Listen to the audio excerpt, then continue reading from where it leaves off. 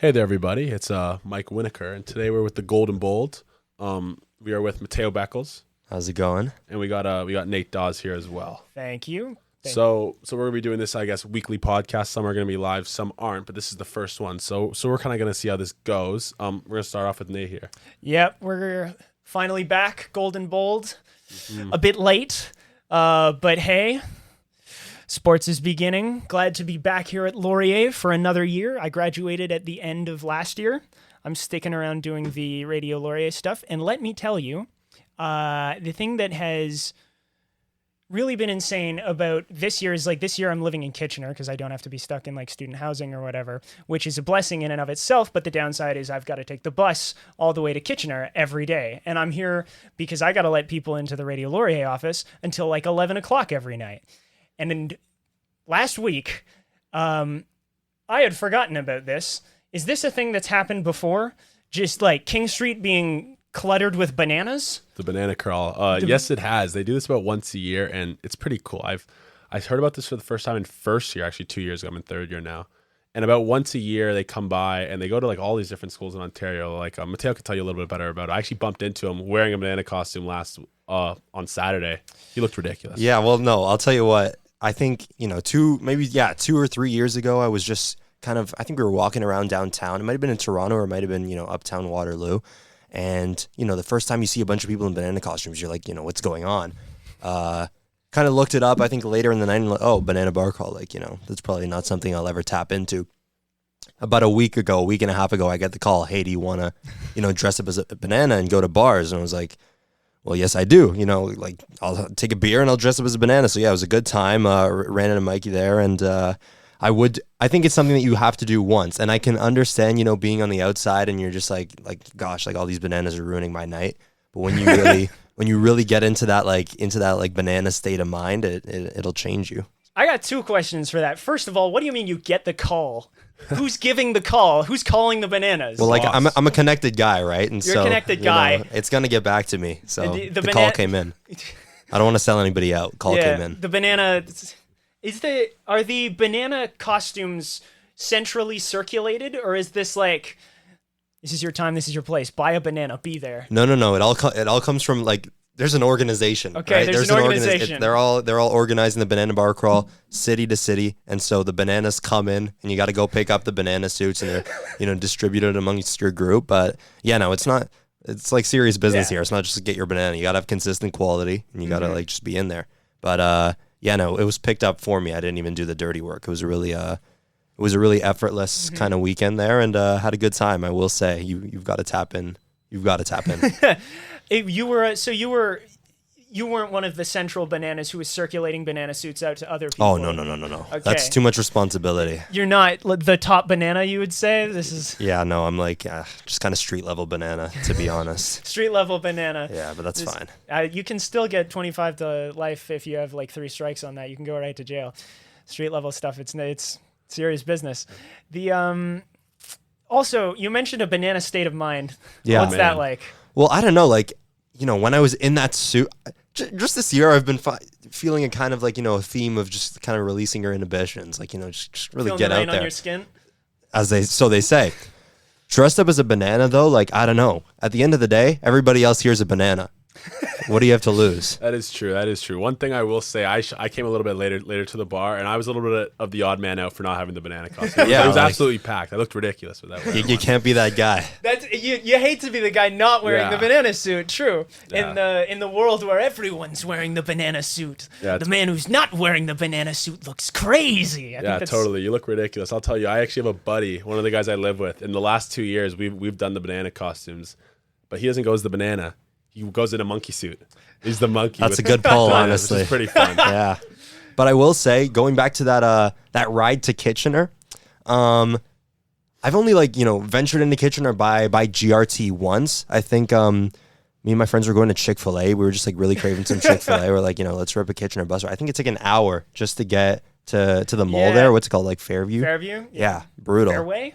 Fairway, like that, something. It's fair. It's at the south end, yeah. But I would do it again, Just when you get the craving, it comes. But yeah, not a fan of that commute at all. Indeed. It does take a while, and I got to do it twice every day in the summer when I started this job, I was walking, and I will say that is worse.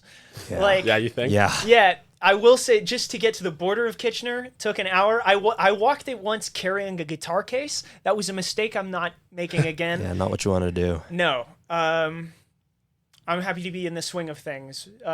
Happily taking the bus. But we're a month into the year now. We are. We're through the banana bonanza, if you will. And we are getting to the start of U Sports. We're going to start off talking about some U Sports today. Sure. So I'll just kind of jump in there. The first thing we'll talk about, obviously, is Laurier football team, right? Last year, the Yates Cup champions behind number 13 Taylor Elgersma. Big Now, bro. He was a monster. He was a monster, right? We saw him get another opportunity with the Green Bay Packers in the summer, and he definitely made some noise, getting a chance to go to the Senior Bowl.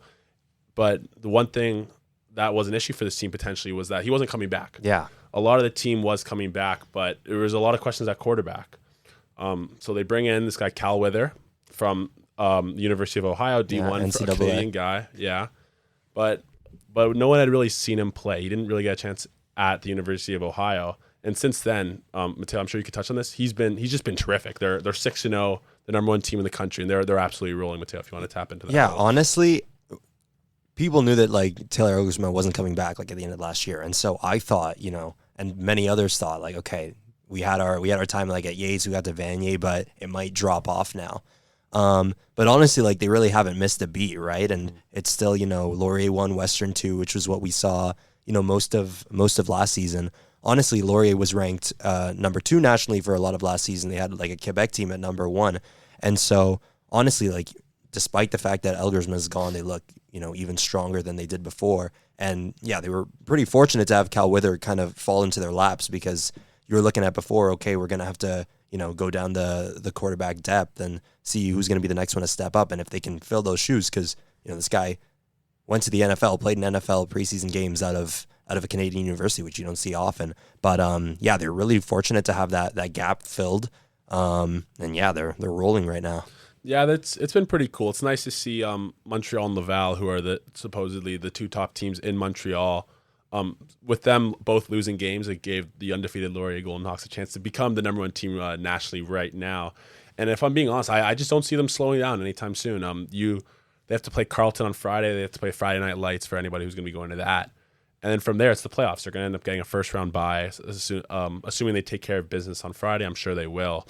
And they're just not slowing down. They have a spectacular roster. A lot of their roster did come back from last year. And the number 1 guy who we talk about is Ethan Jordan, who's potentially the best player in the country, looking for another 1,000-yard season, which is very, very unprecedented. I think he needs another 113, something like that. So they're rolling. That's a great squad. Michael Falds is really, really doing a good job there with Galloway and Coach V and all those guys. So it's great. But now I guess we have some other sports to talk about. We have Laurier hockey starting up for men's and women's. We have Laurier basketball coming up, and I'll leave it to Mateo to start off with talk about Laurier hockey. Yeah, so Laurier hockey starting up. I'm going to be on the play-by-play call for men's and women's hockey. And they're really coming out of two really different seasons, last regular season. The men, to play it bluntly, like I think the stat is they had their lowest winning percentage in a season since they were called Waterloo Lutheran University in the early 70s. And so, they're really looking to turn things around this year. Obviously it's a cliche, but they are. And so a lot of the recruits, there's a lot of new guys, new faces on this team. But a lot of the guys they've added have been just like offensive minded, scoring focused, because that was their problem. And, head coach Kevin Forrest, he'd probably say the same thing. They couldn't score, especially early on. And so you see a lot of high scoring forwards, Eastern Conference MVP from the GOJHL, which is now the GOHL.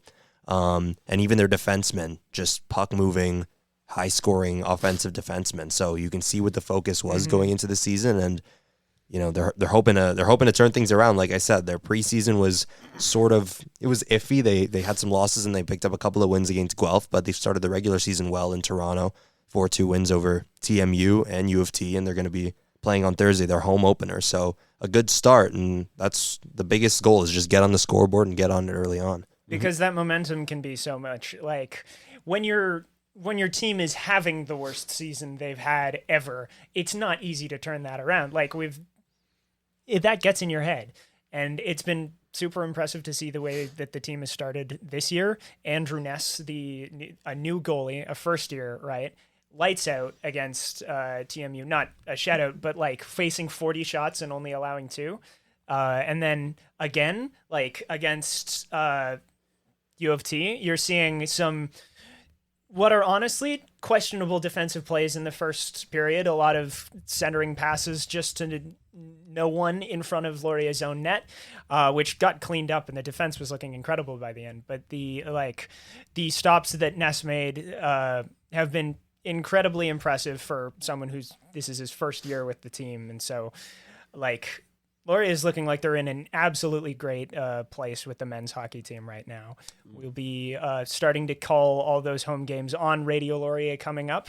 And so it's been really cool starting to follow that and seeing like, ooh, we're going to be having good games airing on Radio Laurier in the coming. Yeah. And like with that men's hockey team, just to touch, Andrew Ness, Tristan Malbuff has been playing well. Laurier's never really had a problem between the pipes. Like even Christian Prop, when I was in my first year, he was like the MVP of their season. We said that every time that we were on the broadcast, but the goalie position is somewhere where they've had a lot of security. And so it's a bit of a culture reset right now. Their captain just signed in England after his university career. And so they're looking to kind of reset that. I'm pretty sure they haven't named the captain. And so they're just in a mode where they're rebuilding, they're retooling, they're trying to reestablish what the identity of this team is, turn them into a high-scoring team, and just try and get themselves back up to where they were not even like a year ago, because we saw in my first year they'd made the playoffs. They advanced to the second round, I'm pretty sure it was, and then it dropped off pretty quick. So they've just got to return to form in a way. Mm-hmm. It is an important year. You said the goaltending's been great. The goaltending has been great. As I look at the roster, it does appear to be a newer team. A lot of the older guys have graduated, and we're really going to get a chance to see how good of a job Kevin Forrest has not only recruited but also developed, because this is going into his 4th year now. And not to say he's on the hot seat, but this is an important year. You can't go 5-24-4 again. You can't do that. The student body, they want to see a winner. The town loves hockey, and they want to see a winner as well. So we're excited to see how it plays out. Obviously, we're going to be cheering for those guys and the Golden Hawks. So now going into the women's hockey. I'm big on the women's hockey team, I'll tell you. I mean, a lot of the times when I called play-by-play last year, it was for the women's team. And so, I've gotten to see them up close personal firsthand, Woodstock charity game in the playoffs. And so they're a team where they were sort of the opposite of the men's team, in which, 10 years back, if you look at their record, it was just, it was bad looks for the program. But just last season, it was the winningest season they've had in the past 10 years. Two Rookie of the Year finalists, Claire Chisholm, Sarah Howell, both of them all rookie first team. Sarah Howell wins the OUA Rookie of the Year. Kelly Patton, their coach, is just great, and they've just got a really solid foundation. They've added some new recruits, but more so, I'd say, complementary pieces. They actually got a really good defender who's here to do her master's in criminology, I think. And so they've got a really solid team. They unfortunately ran into Waterloo in the playoffs last year, who was just, they were just a really complete team. They got a lot of players who played nationally, represented Canada in certain tournaments at some points. But women's hockey, I think they've got a good team on their hands as those all-stars, those all-rookies develop and continue their university careers. I think they're going to be a force to be reckoned with. Indeed. So some names we're looking out for in the women's hockey team this year. You mentioned Chisholm. You mentioned also... Yeah, Sarah Howell, their goalie. She's... and the same thing with the women's team, just between the pipes, it's never really been that shaky because they all have 2 or 3 solid options to go to. But Sarah Howell was just, different. She made the all-rookie as a goalkeeper, and she was just holding it down. And especially in the playoffs, there were a lot of dangerous chances up close and personal in Waterloo. We all attended the I think it was Game 3 at Rim Park here in Waterloo. It was a home game, and just got to see them firsthand. And they unfortunately fell to the Warriors, but it was just a great effort, and it's just the beginning of a new look for this program.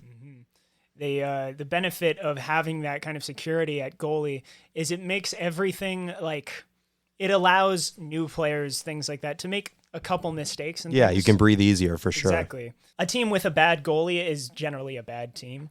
Mm-hmm. It's so great that we're going to be able to look forward to this team being able to focus entirely on its defense, its actual scoring potential, which is something that it's way easier to retool, reconsider the way that you do that stuff on the fly if it's not working. But it's been working out, so.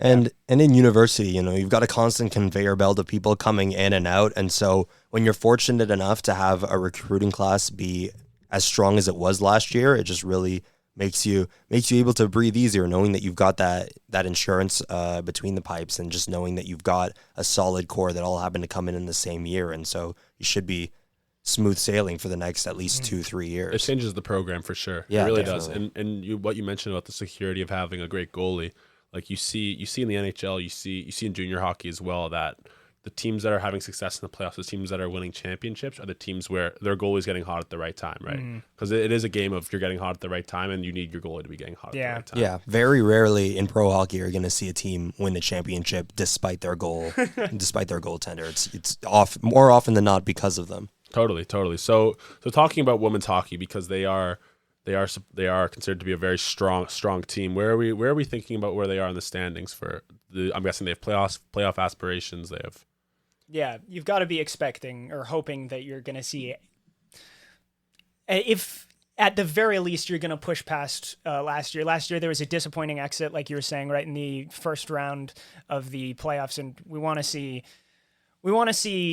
the team's not going for the regular season this year. Like, you got to try, but the hopes are going to be that we can reach that point and then find some way to push past this year, right? Yeah, it's definitely a push for the playoffs, but I mean, even in that regular season, I think at the end of last year, they were ranked 9th nationally, so they were already top 10 in youth sports, which is great, and it's completely different than what they'd seen earlier, but it was just, unfortunately, they run into Waterloo, and Waterloo's ranked 5th, right? So that might be the hump that you have to get over, depending on what sort of season Waterloo has. If they keep it up, I know a lot of their core players were sort of in their 4th, 5th year of academic eligibility, and so I haven't really looked at the Warriors roster to see who's coming back and who they've recruited, but that was a thorn in their side. Yeah. And they were like so hot going into the playoffs and just weren't able to get over that hump.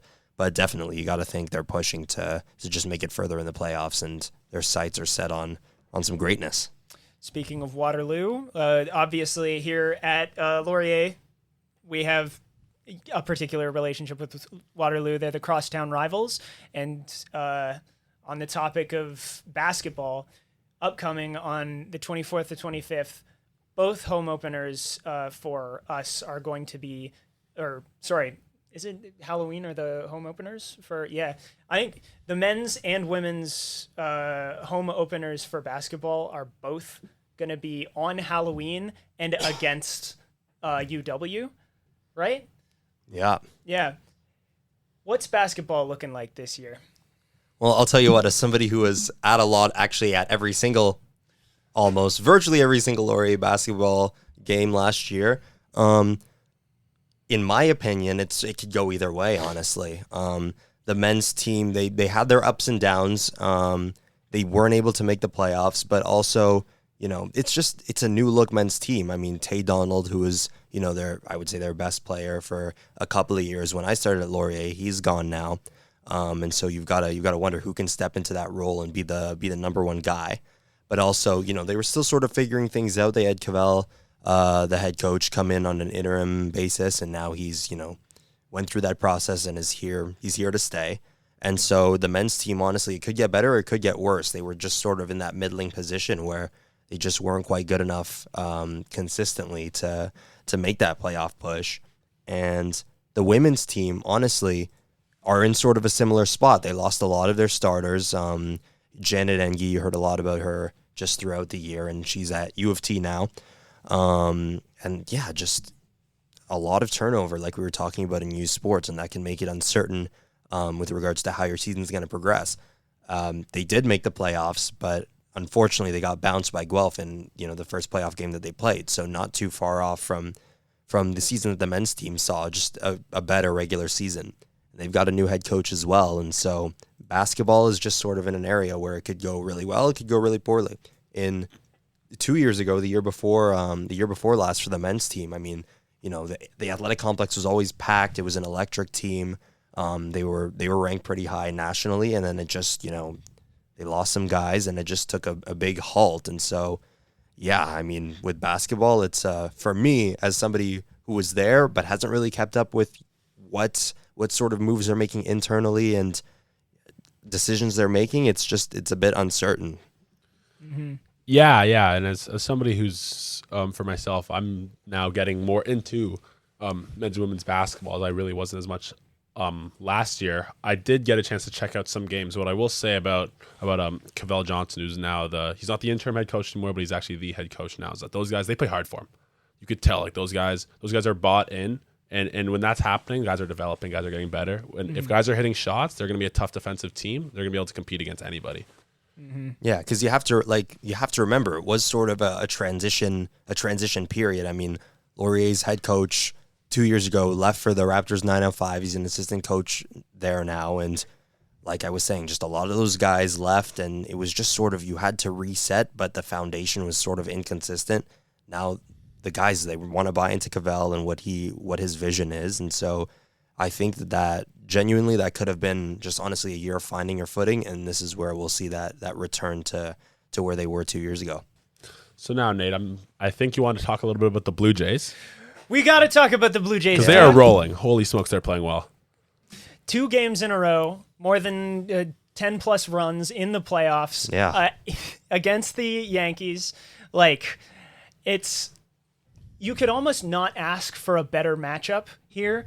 Again, in terms of just like something more satisfying for who you're trying to stomp on. Mm-hmm. And like you're saying, the Jays are absolutely rolling right now. It is beautiful watching it come together like this, especially given the way that the regular season was great. They were going to breeze into the playoffs, and then all of a sudden, everything gets really inconsistent. It was stressful for sure. Yeah, it was weird watching it. They were going to make the playoffs, absolutely, but all of a sudden, the Yankees are coming right up on them, and it's like, what's going to happen here? Are we going to somehow manage to are the Yankees going to get hot at the right time, like you were saying, in the playoffs, and are the Jays going to just drop the ball after what we saw last year from the Jays, after we've seen over the last 10 years since the last time they were really playoff viable, as we've been watching the new core really grow up? There's been a lot of I don't know, man. And living in Toronto, it's always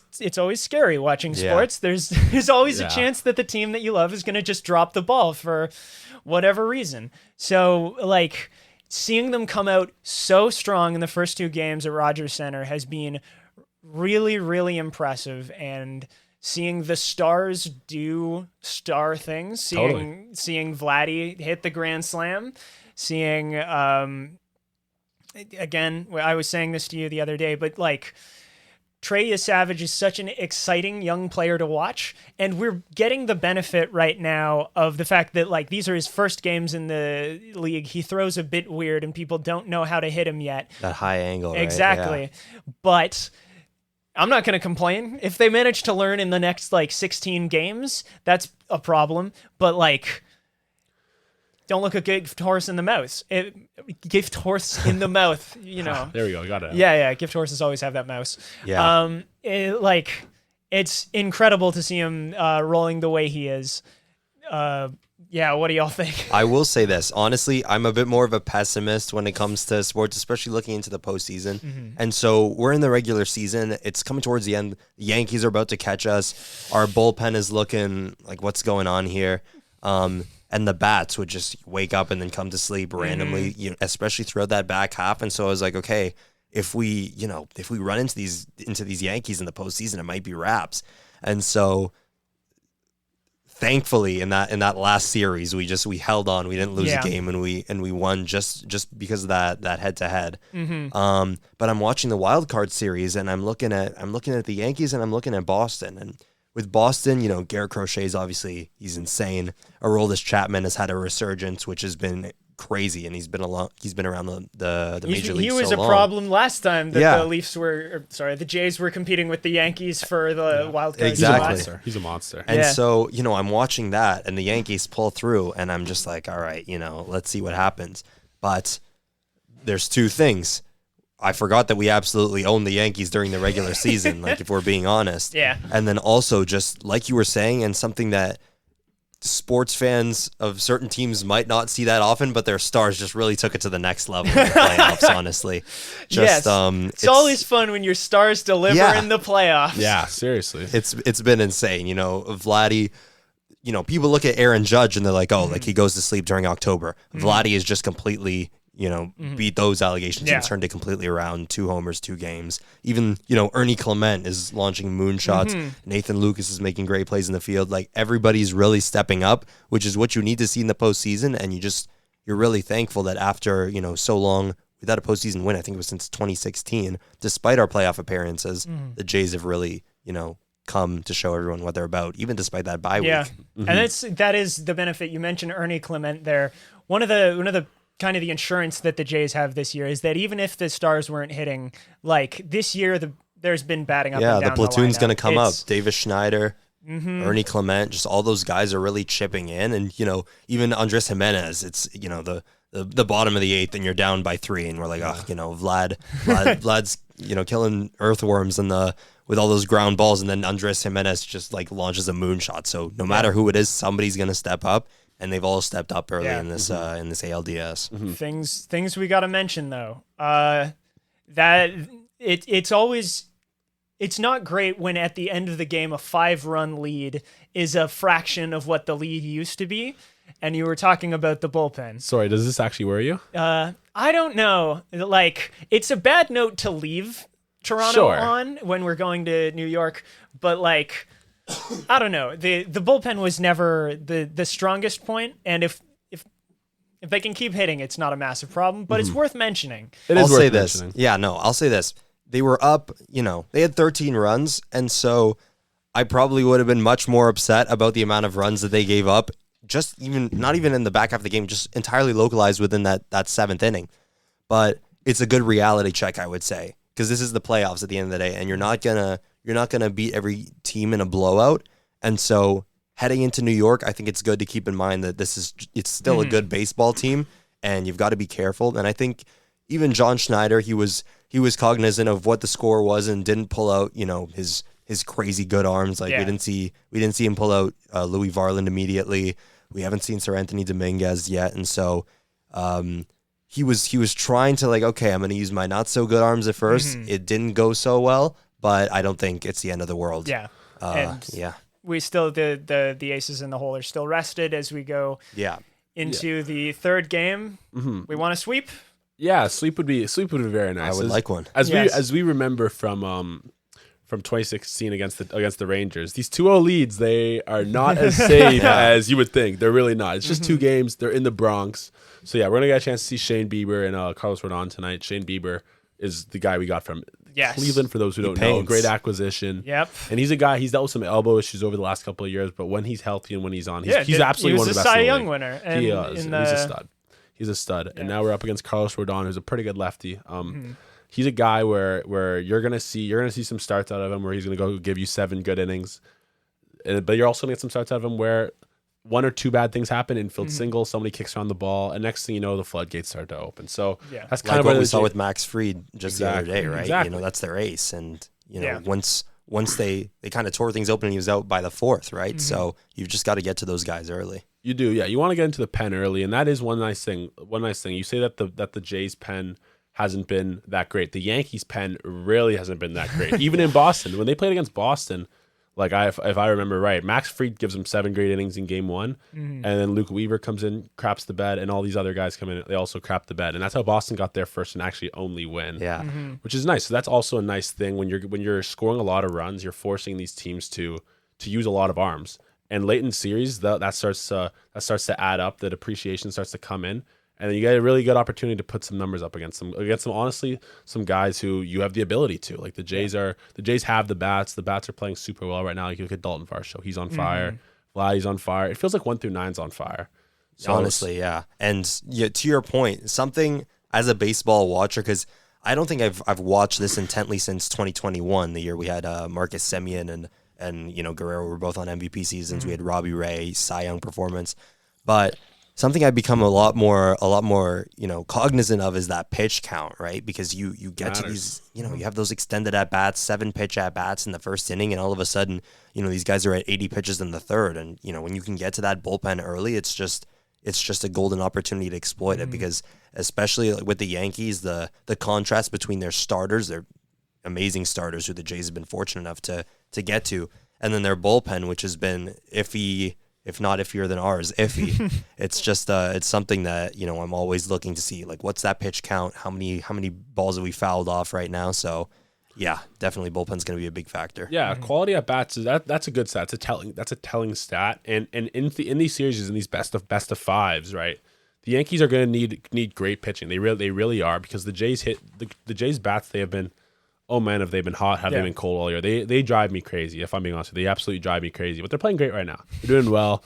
Vladdy did his best he could in September to not lock up this division. He really did. And then you see Bo go down, and it's just a double. It's all falling off.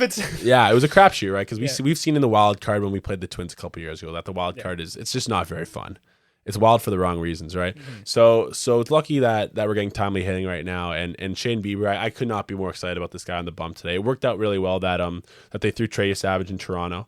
And you say that I guess teams aren't used to him because he's new. The scouting report really isn't out on him, and it's true, right? Like, you look at him. He started the year in A-ball, which is hilarious. He had 11 starts in Single A this year, but he's coming in and he looked ready for the moment, right? Like, he looked ready for the moment. He threw hard. He threw strikes, and you say if teams are going to start to figure him out, if he's hitting spots like he was the other day, there's just nothing you can even do with that. Like, it just doesn't matter. It was insane watching people just swinging like idiots, like in replays. It was just mind-blowing. It's the kind of thing that makes you just really need to suppress the spirit of that beer league uncle who thinks he could hit that. Seriously. That he wouldn't swing at that when, like, absolutely you would, because he's good. Like, yeah, he's great. He's a guy that they're going to be investing in heavy over the next couple of years. He's a top prospect for him. And what I really, really like, he only allowed one base runner his entire outing, 5 1/3. Yeah, the walk to and he walked Aaron Judge. You don't want to. That's a guy. Yeah. If you're going to win the series, if you're not letting that guy beat you, exactly. Sure. And the fact that he's doing that gives me all the confidence in the world in him.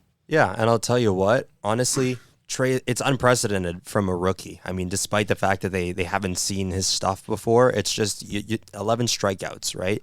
And the Yankees are a team that they have pretty good plate discipline, honestly. Like, despite, we like to crap on the Yankees, but they're not a team that chase a lot of pitches. But you saw Stanton, you saw Judge, you saw Bellinger, just all, digging for earthworms, like I was saying, with that splitter. Just, it's been insane. And honestly, that plate discipline is something that benefits the Jays as well, because they're not a crazy slugging team like the 2015 team was. And those quality at bats, they just really extend them by taking a lot of pitches, fouling a lot off, and then just getting those balls in the gap. So plate discipline is also a big difference maker in the series. It is. Have either of you guys been keeping up at all with the rest of the MLB, or not as much? Mostly just the Jays. Not too as much. Yeah. Okay, that's fine. We don't have to talk about it. Okay. No. What do you have? You? I have a little bit. It was just. What are we looking at? If the Jays sweep, who are we facing next? It's either Tigers or it's either Mariners. the Tigers or the Mariners. So what I will say is that the Tigers won Game 1, and the initial thought process, if you watch, I think you were watching some of the wild card stuff, but the initial idea is that you have to beat the Tigers three times, but you're gonna face Tarek Skubal twice. Who, for those of you who don't know who Tarek Skubal is, he is an absolute monster. He's probably the best pitcher in the league, and he absolutely dominated the Indians in the wild card. Similar to how Gary Crochet dominated the Yankees, so we're very lucky that we don't have to play Boston, because that guy's also a monster. But the Mariners come back in Game 2. Jorge Polanco hits 2 bombs off of Tarek Skubal. Next thing you know, it's 1-1. Do you have any idea of who you would rather face between the two? Or I think, honestly, I'd rather face Detroit. Yeah, you'd rather face Detroit? I think I'd rather face Detroit. I don't want to face Cal Raleigh, honestly. You don't want to face Cal Raleigh? And like Detroit, obviously Skubal, he's insane, and I think you just gotta do your best against him. But I think the team behind him is just not as good as the Mariners offense. You're right. They're really not. Sorry, what were you gonna say? Correct me if I'm wrong, but in terms of the tiebreaker in the main season, in the regular season, I think the Mariners were one of the the teams that actually ate the Jays' lunch, right? Is this something that I'm forgetting? No, you're all right about no. The Mariners honestly had a terrific year. They really did. They had a lot of bats who played really well behind potentially the MVP, the big dumper, Cal Raleigh, who has 60 bombs as a switch hitter and catcher, which is kind of egregious.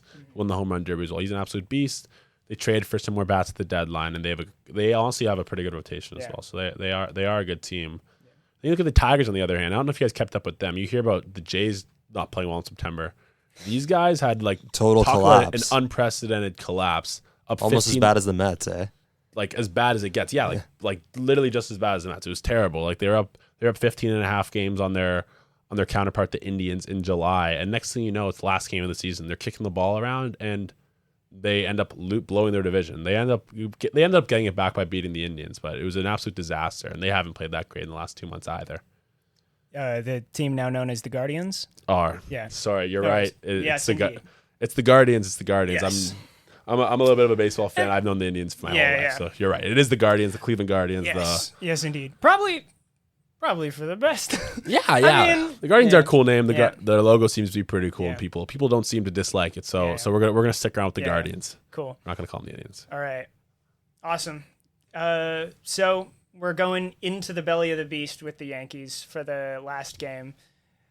Yankee Stadium. Yankee Stadium, The Bronx. dude. You have any score predictions? The Jays are a much better home team than they are away. And so I don't think that they're going to blow it open with an 11-run, another 13-run game. I think it's going to be close. My prediction, I'm going to say 6-3 Blue Jays. 6-3 Blue Jays. You think they get after Rodon or they get after the bullpen? The bullpen. But I think it's going to be the bullpen here because I don't think that they'll, after how we saw them get on Fried, I don't think that they're going to do the same to Rodon. I just don't think that the same thing's going to happen twice, the way that they really attack their starters in the first two. I think if they can hold the Yankees to 3, it'll be a miracle. Like, I feel like the Bronx, I don't know, it's kind of the crowds at the Yankee Stadium, kind of legendary, right? Yeah, true. They are not going to have the momentum on their side. If anything happens, there's going to be a lot of input from the Peanuts gallery. That is a good point. New York is going to be rocking. Yeah. That is for sure. New York's against the ropes, but they're going to be rocking. So like, if we can see a 6-5 win, I will be happy. If we can see a 5-4 win, I can't imagine we're going to be anything like the splits that we saw in Rogers Center, and like, I think keeping them off the scoreboard is the best thing that the Jays can do, because if the Yankees get any sort of momentum, they're gonna be a very dangerous team. Aaron Judge got to watch, right? Yeah, of course. He's Hot take. Yeah, he's from a different planet. But tonight's important because then there it looks like New York's gonna end up throwing out Cam Schlittler tomorrow. If they end up getting there, and if you guys saw him against Boston, he was as good as it gets. He was like Trey Savage, and I don't really need to see that guy twice. So hopefully they can take care of business tonight. Hopefully Shane Bieber can do what they acquired him for, which is get them to the ALCS, which would obviously be terrific. We want to go back to Toronto, but we do not want to go back to Toronto with New York. Yeah. True that. We'd rather get back to Toronto after a significant rest after finishing it off in this next game. So nice little week off wouldn't be too bad, right? Yeah, the ALCS starts on Sunday, so if we can finish them off tonight, that'd just be terrific. All right. So I think we're gonna be finishing off here, unless. Nope, that's great. Golden Bold is back for another year. Happy once again to be the voice and the sound of Laurier Sports. We're excited. We're gonna have a great year for you guys, and now we're gonna be checking out here. I'm Mike. I'm Mateo. And I'm Nate. Awesome. Have a good one, guys. Bye bye. Radical. This isn't live.